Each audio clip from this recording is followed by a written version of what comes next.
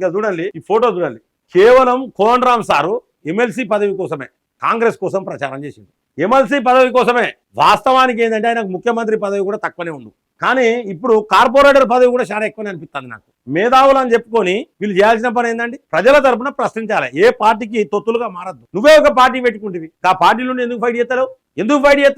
ఆ పార్టీ నుండి ఫైట్ చేయాలి కదా. ఎందుకు నీ పార్టీ ముందు పోలే? నువ్వు కరెక్ట్ పర్సన్ అయితే కోదండరాం సార్ని అడుగుతా ఉన్నా, మీరు మంచోళ్ళు అయితే, మీరు కరెక్ట్ పర్సన్ అయితే, మీరు మంచిగానే పనిచేసేటోళ్ళు అయితే, తెలంగాణ శ్రేయస్సు కోరిన అయితే మీ పార్టీ ఎందుకు ముందుకు పోలేదు? ఎందుకు ముందుకు పోదు? తెలంగాణ ఉద్యమంలో మొత్తం అంతా మీరే నడిపించారు అన్నారు, మరి ఇప్పుడు మీ పార్టీ ముందుకు పోలేదు. కారణం ఏంటిది అంటే తెలంగాణ ఉద్యమంలో మీరు తోపు కాదు, కేసీఆర్ తోపా? ఒక్కసారి నాకు సమాధానం చెప్పండి. ఇక పోతే మీరు కాంగ్రెస్ తో జత కట్టిరు, మరి ఇలా కాంగ్రెస్ హయాంలో కరెంట్ ఉంటలేదు, అడుగుతారా?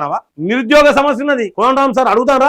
అడగారు. మీరు నిరుద్యోగ సమస్య, నిరుద్యోగుల మీద దాడులు జరిగినాయి, రైతుల మీద దాడులు జరిగినాయి, అడ్వకేట్ల మీద దాడులు జరిగినాయి. మీరు ఎందుకు అడుగుతలేరు గవర్నమెంట్ ను? అడిగితే మీకు ఈ పదవి రాదు, ఎమ్మెల్సీ పదవి రాదు. తీన్మార్ మల్లన్న తిట్టిడోసారి, తిడితే నేను తీన్మార్ మల్లన్న తిట్టినా, తీన్మార్ మల్లన్ననే కరెక్ట్ గా తిట్టిడు మిమ్మల్ని, తప్పేం లేదు. ఏనాడన్నా ప్రశ్నించిలా? మీరు ప్రజల తరపున కొట్లాడింది లేదు. ఇప్పుడు మీరు ఎక్కడ కొట్లాడతారు? ఏడా ప్రశ్నిస్తారు? కేవలం ఎమ్మెల్సీ పదవి కోసం.